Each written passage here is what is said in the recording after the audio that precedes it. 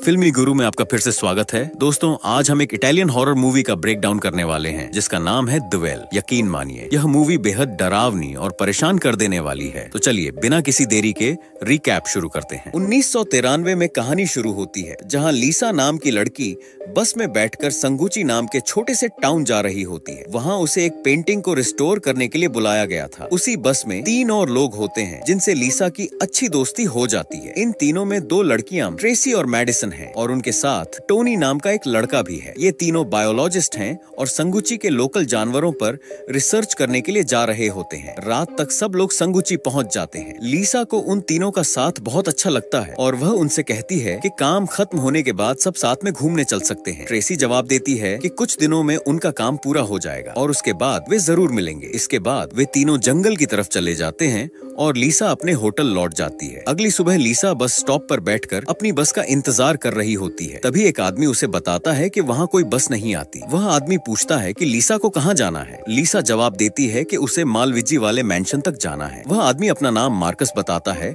और कहता है कि वह भी वहीं जा रहा है। वह लीसा को साथ ले जाने की पेशकश करता है और लीसा उसके साथ चली जाती है। रास्ते में मार्कस उससे पूछता है कि वह वहाँ क्या करने आई है। लीसा बताती है कि वह एक पेंटिंग रिस्टोर करने का काम करती है और इसी काम के लिए उसे यहाँ बुलाया गया है। मैंशन पहुँचने पर मार्कस बताता है कि वह एक पब का मालिक है और लीसा से कहता है कि जब भी वह फ्री हो तो उसके पब में आ सकती है। लीसा उससे विदा लेकर मैंशन के अंदर चली जाती है। मैंशन में लीसा की मुलाकात वहाँ की ओनर एम्मा से होती है। एम्मा उसे वह पेंटिंग दिखाती है जिसे साफ करने के लिए बुलाया गया था। पेंटिंग पर कालिक जमी हुई थी। एम्मा बताती है कि यह काम पहले लीसा के पिता को दिया गया था, लेकिन किसी और काम की वजह से वह इसे पूरा नहीं कर सके, इसलिए उनकी जगह लीसा को बुलाया गया है। एम्मा को भरोसा है कि लीसा यह काम समय पर खत्म कर लेगी। लीसा आश्वासन देती है कि वह उन्हें निराश नहीं करेगी। फिर एम्मा वहां से चली जाती है। लीसा 4 घंटे काम करने के बाद भी पेंटिंग का एक छोटा सा हिस्सा ही साफ कर पाती है। तभी उसे किसी के गुनगुनाने की आवाज सुनाई देती है। आवाज का पता लगाने के लिए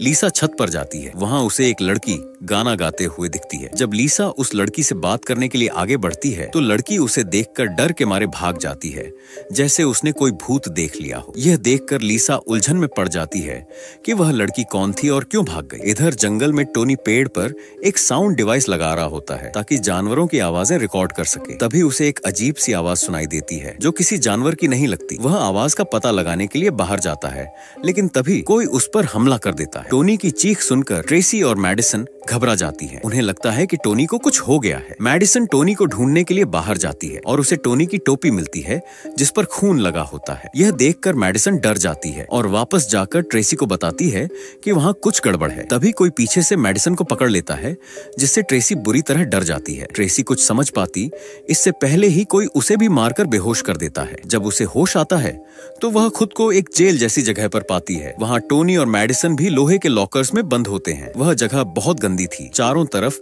चूहे दौड़ रहे थे और बीच में एक कुआं था। वहाँ पहले से एक और आदमी बंद था जो लगातार खांस रहा था। मैडिसन उस आदमी से बात करने की कोशिश करती है, लेकिन वह केवल खांसता रहता है और कोई जवाब नहीं देता। यह देखकर सभी घबरा जाते हैं और सोचते हैं कि वे कहाँ फंस गए हैं। लीसा अपने काम में लगी हुई थी जब एम्मा उसे देखने आई कि काम कैसा चल रहा है। एम्मा को लीसा का काम बहुत पसंद आता है और वह उसकी तारीफ करती है। लीसा एम्मा से पूछती है वह लड़की कौन थी जो गाना गा रही थी। मैं उससे बात करने गई लेकिन मुझे देखकर वह भाग गई। एम्मा बताती है वह मेरी बेटी जूलिया है। वह ऐसी ही है, नए लोगों से घुलने मिलने में उसे समय लगता है। फिर एम्मा लीसा को डिनर पर बुला लेती है। डिनर के दौरान एम्मा पूछती है तुम रेस्टोरेशन का काम कब से कर रही हो। लीसा जवाब देती है मैं बचपन से यह काम कर रही हूँ। मैंने अपने पापा को देखकर ये सब सीखा। इसके बाद वह जूलिया से पूछती है तुम कौन सी क्लास में पढ़ती हो। इस पर जूलिया कोई जवाब नहीं देती और गुस्से में वहाँ से चली जाती है। लीसा कहती है क्या मैंने कुछ गलत पूछ लिया। एम्मा बताती है कि जूलिया को पर्सनालिटी डिसऑर्डर है। वह 13 साल की है लेकिन खुद को बड़ा समझती है। दूसरे बच्चों से उसकी बनती नहीं, इसीलिए हमने उसे स्कूल भेजना बंद कर दिया। दूसरी तरफ एक लंबा चौड़ा आदमी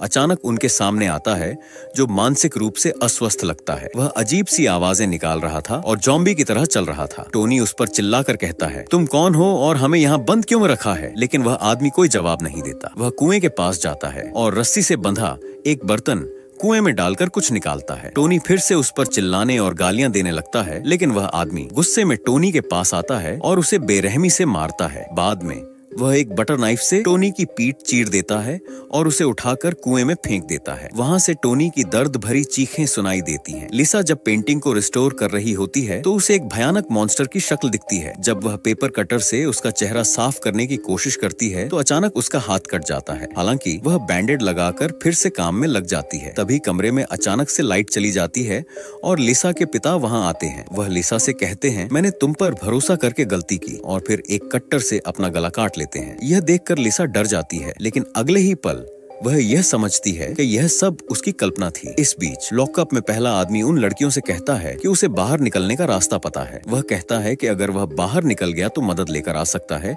लेकिन उसे रास्ता खोलने के लिए कुछ चाहिए। मेडिसन उसे अपना पेपर कटर देती है, लेकिन वह उसकी पहुंच से दूर था। आखिरकार वह किसी तरह कट्टर को अपनी तरफ खींच लेता है और लड़कियों में उम्मीद की किरण जगा देता है। रात में लिसा चैन से सो रही होती है, लेकिन अचानक एक गंजे सिर वाली महिला उसका गला दबाने लगती है। वह महिला पूरी तरह से नग्न और बेहद डरावनी लग रही थी। लिसा खुद को छुड़ाने की बहुत कोशिश करती है, लेकिन वह महिला उससे ज्यादा ताकतवर थी। तभी लिसा की आंख खुल जाती है और उसे एहसास होता है कि यह सब एक बुरा सपना था। जब वह पेंटिंग को देखती है तो उसमें वही गंजे सिर वाली महिला नजर आती है। पेंटिंग देखकर लिसा को किसी लड़के की दर्द भरी चीखें सुनाई देती हैं। जूलिया लिसा के पास आती है और बताती है कि वह गंजे सिर वाली महिला एक भूत है जिसका नाम डोरका है। वह कई सालों से इसी हवेली में रह रही है। जूलिया कहती है कि यह पेंटिंग शापित है और अगर लिसा ने इसे रिस्टोर किया तो वह भी शापित हो जाएगी। वह लिसा से काम छोड़कर वहाँ से चले जाने को कहती है। हालांकि लिसा को समझ नहीं आता कि जूलिया क्या कह रही है। लिसा परेशान होकर अपने दोस्त मार्कस के पास जाती है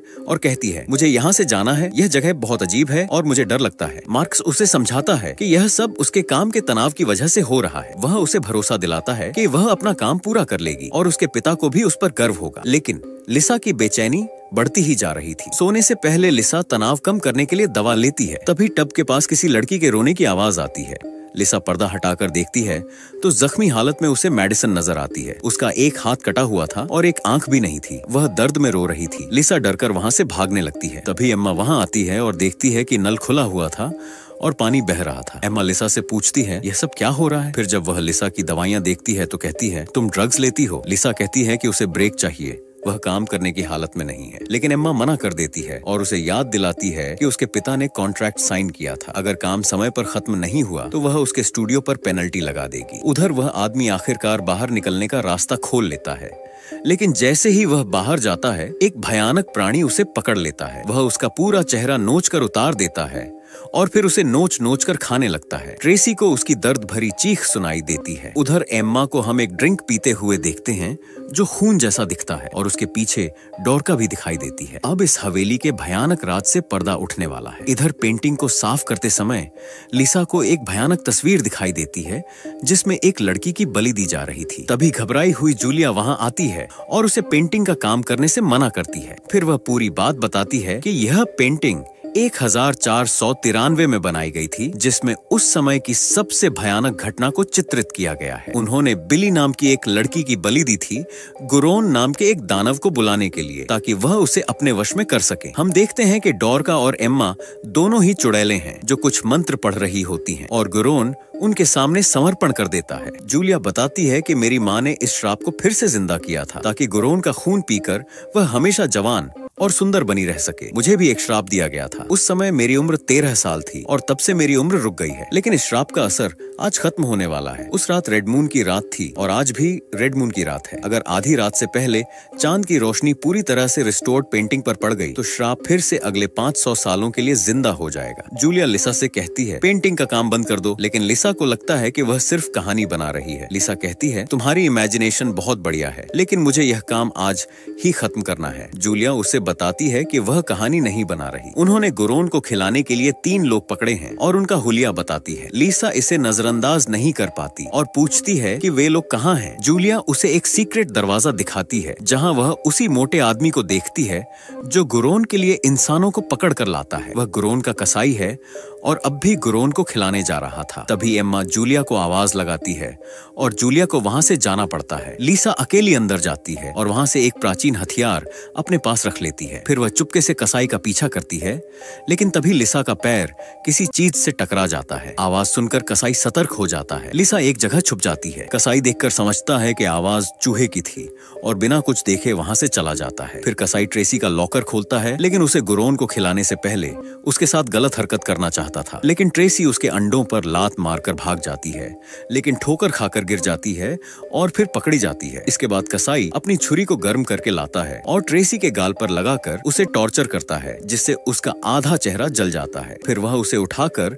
कुएं में डालने जाता है। तभी लिसा उस पर हमला कर देती है, जिससे ट्रेसी उसके हाथों से छूट जाती है और कुएं के किनारे को पकड़ लेती है। फिर कसाई लिसा को मारने आता है, लेकिन लिसा उसे हथियार से पीट पीट कर घायल कर देती है और ट्रेसी को कुएं से बाहर निकाल लेती है। उसके बाद दोनों वहां से भाग जाते हैं। इधर कसाई को जब होश आता है तो वह देखता है कि गुरोन को खिलाने के लिए कोई बचा ही नहीं था। समय पर खाना न मिलने की वजह से गुरोन कुएं से बाहर आ जाता है और कसाई को ही खाना शुरू कर देता है। दोनों लड़कियां हवेली से बाहर भाग रही होती हैं। तभी वहां मार्कस क्रॉसबो लेकर आता है। लिसा उससे मदद मांगती है, लेकिन मार्कस उल्टा उन पर ही हमला कर देता है और क्रॉसबो से ट्रेसी को मार देता है। फिर वह लिसा को वापस हवेली के अंदर ले जाता है, जहाँ सभी उसका इंतजार कर रहे होते हैं। इसके बाद वह उसे मजबूर करके बची हुई पेंटिंग साफ करवाते हैं। पेंटिंग साफ करते समय लिसा को एम्मा और मार्कस की शक्लें पेंटिंग में दिखने लगती हैं। उसे समझ में आता है कि मार्कस भी श्राप से जुड़ा हुआ है, इसीलिए वह पेंटिंग का काम खत्म करने के लिए उसे प्रेरित कर रहा था। लिसा को एक जादुई मंत्र भी दिखाई देता है, जिसे पढ़कर इन लोगों ने गुरोन को बांध लिया था। तभी जूलिया वहां आती है और लिसा को वहां से हटा देती है। उसके हाथ में एक कैंडल थी, जिससे वह पेंटिंग को जलाने वाली थी, लेकिन एम्मा उसे रोक देती है। एम्मा कहती है, यह सब मैं तुम्हारे लिए कर रही हूँ। जूलिया जवाब देती है, नहीं, यह आप अपने लिए कर रही हैं। आपकी वजह से मेरी आत्मा एक बच्चे के शरीर में कैद है और मुझे एक श्रापित जिंदगी जीने पर मजबूर कर रखा है। एम्मा मार्कस से कहती है, जूलिया को ही मार दो, लेकिन तभी लिसा बीच में आ जाती है और मार्कस के मुंह पर पेंटिंग वाला सॉल्यूशन फेंक देती है। गुस्से में एम्मा मार्कस से क्रॉसबो लेकर लिसा को मार देती है। फिर वह जूलिया को मारने जाती है, लेकिन तभी आधी रात का समय पार हो जाता है। पेंटिंग पूरी तरह से रिस्टोर न हो पाने की वजह से श्राप खत्म हो जाता है। सभी तड़पने लगते हैं, उनके मुंह से खून निकलता है और वे अचानक बूढ़े होकर राख में बदल जाते हैं। तभी जूलिया को भी कुछ होने लगता है। वह लिसा से कहती है, मुझे माफ करना, मैं तुम्हारी मदद नहीं कर पाऊंगी, मुझे अब जाना होगा। फिर वह भी बूढ़ी हो जाती है, लेकिन खुश होती है क्योंकि उसे श्रापित जिंदगी से छुटकारा मिल गया था। वह भी राख में बदल जाती है। लिसा किसी तरह खुद को संभाल कर वहां से जाने लगती है, लेकिन तभी गुरोन वहां आ जाता है। लिसा तुरंत दरवाजा बंद करके पेंटिंग की तरफ भागती है और मंत्र वाले हिस्से को साफ करने लगती है। गुरोन दरवाजा तोड़कर अंदर आ जाता है, लेकिन तब तक मंत्र स्पष्ट हो चुका होता है। लिसा उस मंत्र को पढ़ती है, जिससे गुरोन तड़पने लगता है। 30 साल बाद हमें दिखाया जाता है कि पेंटिंग पूरी तरह से रिस्टोर हो चुकी है और लिसा उस हवेली में रह रही है, लेकिन 30 साल बाद भी वह जवान ही दिख रही थी। कुएं वाली जगह को उसने एक लैब में बदल दिया था, जहां उसने गुरोन को कैद करके रखा था। वह गुरोन के खून को राष्ट्रपति जैसे बड़े लोगों को बेचकर अपना बिजनेस चला रही थी। शायद उसने गुरोन को बिना इंसान खिलाए जिंदा रखने का तरीका भी ढूंढ लिया था। अब आप लोग सोच रहे होंगे कि लिसा इतनी कैसे बदल गई। जैसा कि जूलिया ने कहा था, श्रापित पेंटिंग को रिस्टोर करोगे तो तुम भी श्रापित हो जाओगे। ये उसी श्राप का असर था। वह श्राप लिसा की अच्छाई को खा गया और वह भी उन लोगों की तरह एक बुरी इंसान बन गई। तो दोस्तों, यह थी ड्वेल मूवी की एक्सप्लेनेशन। उम्मीद है कि वीडियो आपको पसंद आई होगी। फिर मिलेंगे किसी और मूवी एक्सप्लेनेशन के साथ। तब तक के लिए अपना ख्याल रखें और फिल्मी गुरु देखते रहें।